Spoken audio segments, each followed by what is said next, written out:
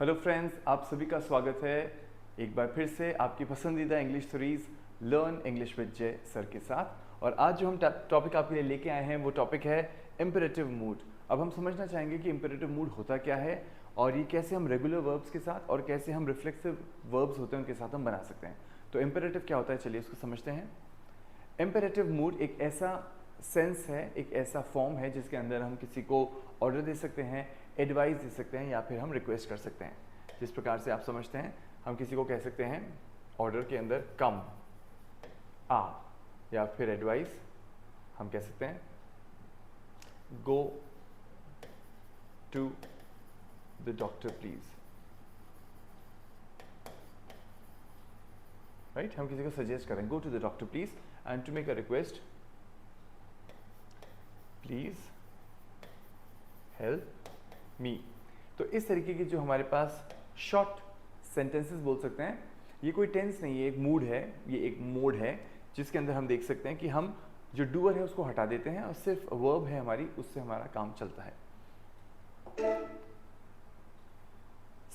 अब ये कैसे बनेगा, हमें देखना है कि हम जिस भी क्रिया का हम इम्पेरेटिव बनाना चाहेंगे उस वर्ब को रखेंगे और ऑब्जेक्ट को रखेंगे। उदाहरण के लिए हमारा जब इंग्लिश के अंदर टू ईट जो वर्ब है उसका कॉन्जुगेशन है I eat, you eat, he eats, she eats, it eats, we eat and they eat. तो हम कभी भी आई के लिए इम्पेरेटिव नहीं बनाएंगे, ही शी इट के लिए नहीं बनाएंगे, दे के लिए नहीं बनाएंगे। हम बना सकते हैं यू के लिए इम्पेरेटिव, यानी हम यू को ऑर्डर दे सकते हैं, उसको रिक्वेस्ट कर सकते हैं, उसको सजेस्ट कर सकते हैं, या फिर वी के लिए भी हम बना सकते हैं जिसको हम इस तरीके से देखेंगे। तो इसमें करना क्या है, आपको जो वर्ब है आपको सिर्फ वही रखना है और हमारा जो भी ऑब्जेक्ट है उसको रख देना ईट एन एप्पल, यानी एक सेब खाओ या एक सेब खा या एक सेब खाइए। और जब हम इसको वी के अंदर देखेंगे तो हम इसमें लेट लगा देंगे, तो ये बन जाएगा लेट्स ईट एन एप्पल, चलो एक सेब खाते हैं।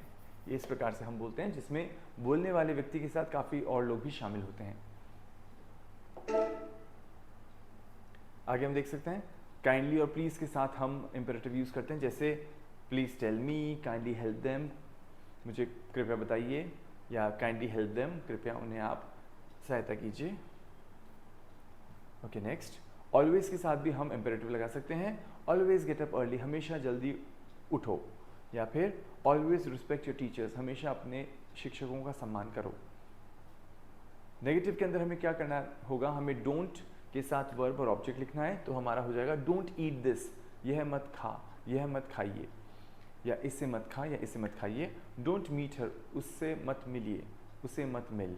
राइट, हम डोंट लगाते हैं, फिर हमारा वर्ब और ऑब्जेक्ट। और यदि हम नेवर लगाना चाहें, कभी नहीं, कतई नहीं, so never bother innocent people, कभी जो सीधे साधे लोग हैं उनको परेशान मत करो। नेवर हर्ट एनीवन, किसी को चोट मत पहुंचाओ। इसमें हम कई बार डू भी लगाते हैं, जैसे हम साधारण रूप से कह सकते हैं ईट, हम वैसे भी कह सकते हैं do eat, right, do right. इसमें थोड़ा सा स्ट्रेस देना चाहते हैं, हम कहते हैं ज़रूर, अवश्य, अवश्य खाइए, अवश्य लिखिए, या ज़रूर लिखिए, ज़रूर खाइए। लेट के साथ हम देख सकते हैं कि किस प्रकार से हम इसके अंदर सब्जेक्ट, वर्ब और ऑब्जेक्ट लगाते हैं। तो अब ये इस प्रकार से कंस्ट्रक्शन बनता है जिसमें हम किसी को परमिशन दे रहे हैं, हम अलाउ कर रहे हैं। सो लेट मी गो, मुझे जाने दो या मुझे जाने दीजिए। लेट मोहन टॉक, मोहन को बोलने दो, मोहन को बोलने दीजिए। लेट हर स्टडी, उसे पढ़ने दीजिए, उसे पढ़ने दो। और अंत में let him eat with me, उसे मेरे साथ खाने दो, उसे मेरे साथ खाने दीजिए। राइट, तो हम क्या देखते हैं कि इसमें हमारा सब्जेक्ट जो है उसको नाउन होना पड़ेगा। मैं इसको यहाँ पे एक बार फ्रीज करके आपको बताता हूँ कि जो हमारा सब्जेक्ट है उसको नाउन होना हमें रखना पड़ेगा। तो इसमें हम देख सकते हैं कि हमारा जो यहाँ पे नाउन है वो मोहन है यहाँ पे इस केस में, राइट। और यहाँ पे हमने कोई ऑब्जेक्ट प्रोनाउन भी ले रखा है, जैसे मी हो गया, या फिर हमारे पास हर है या हिम है। तो इस प्रकार से हम इस चीज़ को चेंज कर सकते हैं। हम अगली स्क्रीन की तरफ जाएंगे। चलिए, अब डोंट लेट, अगर हमें किसी को अलाउ नहीं करवाना है तो हम कहेंगे डोंट लेट, और फिर सब्जेक्ट और वर्ब और object. Don't let her do this, उसे ऐसा मत करने दो, उसे ऐसा मत करने दीजिए। या don't let Raj eat this, Raj को यह मत खाने दो, राज को यह मत खाने दीजिए। इस तरीके से हम इसका नेगेटिव बना सकते हैं। आगे रिफ्लेक्सिव इंपेरेटिव्स भी बहुत इंपॉर्टेंट होते हैं। ये रिफ्लेक्सिव इंपेरेटिव्स होते क्या हैं, इनमें वो क्रिया जिसके साथ हमें रिफ्लेक्सिव प्रोनाउन लगाना पड़ता है वो होते हैं रिफ्लेक्सिव इम्पेरेटिव्स। जैसे आई का माई सेल्फ हो जाता है, यू का योर सेल्फ, योर सेल्स, ही का हिम सेल्फ, शी का हर सेल्फ, वी का आर सेल्स, और अंत में दे का होता है देम सेल्स। लेकिन हम जब रिफ्लेक्सिव हम इम्पेरेटिव बनाएंगे तो हमें सिर्फ इस वाले फॉर्म की आवश्यकता है, बाकी हमें नहीं चाहिए होंगे, राइट? हम इनको काम में नहीं लेंगे। ओके, तो हम आगे बढ़ते हैं इसमें। तो जैसे मान लीजिए हमारा कोई वाक्य है, मैं आपको कुछ उदाहरण देता हूँ। हम कहेंगे take care of yourself, तो टेक केयर हो गया और योर सेल्फ हमारा रिफ्लेक्सिव प्रोनाउन है, जिसका मतलब है कि यू शुड इंश्योर, आपको इंश्योर करना है कि आप अपना ध्यान रखेंगे। बिहेव योर सेल्फ, बिहेव के साथ yourself, you should act in a proper manner, आप अपने आप को अच्छे ढंग से कंडक्ट करेंगे। Help yourself to some food, आप अपने आप को हेल्प कीजिए, एज इन आप बी कंफर्टेबल, खाना खाइए, help yourself. So help yourself, you are allowed to serve yourself, आप अपने आप को सर्व कर सकते हैं। आगे make yourself feel at home, और make yourself at home जिसका मतलब है कि आप कंफर्टेबल फील कीजिए, इसको घर जैसा ही महसूस कीजिए, मेक योर सेल्फ कंफर्टेबल।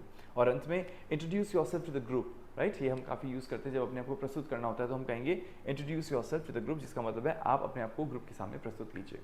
तो आशा करता हूँ आपको ये इंपेरेटिव का जो टॉपिक है वो रेगुलर वर्ब्स और रिफ्लेक्सिव वर्ब्स के अंदर अच्छे से समझ आया होगा। So with that I wish you all the best, और हम आपसे मिलेंगे अगले वीडियो में। Thank you.